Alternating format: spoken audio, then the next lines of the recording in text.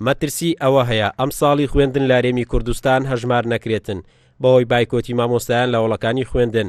سەرۆکی یەکێتی مامۆستایانی کوردستان دەڵێت هەوڵی تەواو دەدەین بۆ ئەوەی مامۆستایان دەست بە پرۆسەی خوێندن بکەن و حکوومەتیش داواکاریەکانیان جێبەجێ بکات. حتمما مەترسی پەیدا دەبێت لەسەر خوێندن بە تایبەتی لە ڕووی نێودەوڵەتی و کۆمەڵی مەعایری نێودەوڵەتی هەیە. یونسکۆ ئیش لەسەری دەکات بۆ ئەوە کار لەسەری دەکات بۆ ئەوە بابلێندان بەو خوێندنایان بۆ ساڵی خوێندنە بدرێت.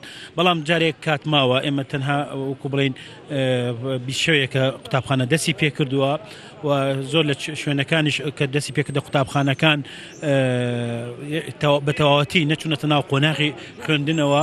بەڵام هیوادارین حکوومەتی هەرێمی کوردستان بە زووترین کات ئەو بریارەی کە دایەتی بۆ زیادکردنی یان و ناوینا هاندانی مامۆستایان پارەکەی زیاد کە بگونجێ لەگەڵ ژیانی ئەمڕۆی مامۆستایانە.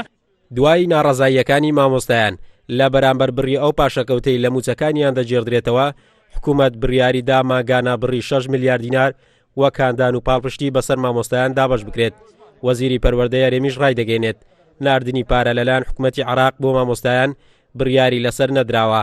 ئێمە تەنها لیستی موچە و ژمارەی مامۆستایانمان ڕەوانە کردووە، ئەویش لەسەر داواکاری خۆیان بووە. باسی کولفەی موچەی مانگێکی مامۆستام کردو لەگە ژمارەی مامۆستا کە لەسەر داوای سەرۆک وەزیرانی عێراق بەڕێز عەبادی ئێمە بۆ بەغدامان ناردووە، بەڵام لیست بە هیچ زۆرەك لیست نەچووە. خەریکین لەگەڵ هەموو لایەنە پەیوەنددارەکان بۆی دەوام لە سنووری پارێزگای سلێمانی هەڵەبجە دەست پێ بکات. بایکۆت و نەچوونەوەڵەکانی خوێندن لەلایەن مامۆستایان بەردەوامە. لە ماوەی ڕابردووش زۆرترین هەوڵدرا بۆ ڕازیکردنی مامۆستایان بۆ دووبارە دەستپێکردنەوەی پرۆسەی خوێندن. بە وتەی مامۆستایانیش تا ئێستا داواکاریەکانیان جێبەجێ نەکراوە. یەکێتی مامۆستایانی کوردستانیش ڕایگەیاندووە هەر هەوڵێک بۆ چارەسەرکردن و بەدەنگەواتنی مامۆستایان بێت پاڵپشتی دەکەن و لەگەڵیدان، چونکە توێژی مامۆستایان لابارێکی خراپی ژیاندان. قارەمانجۆر، کورسات نیوز، هەولێر.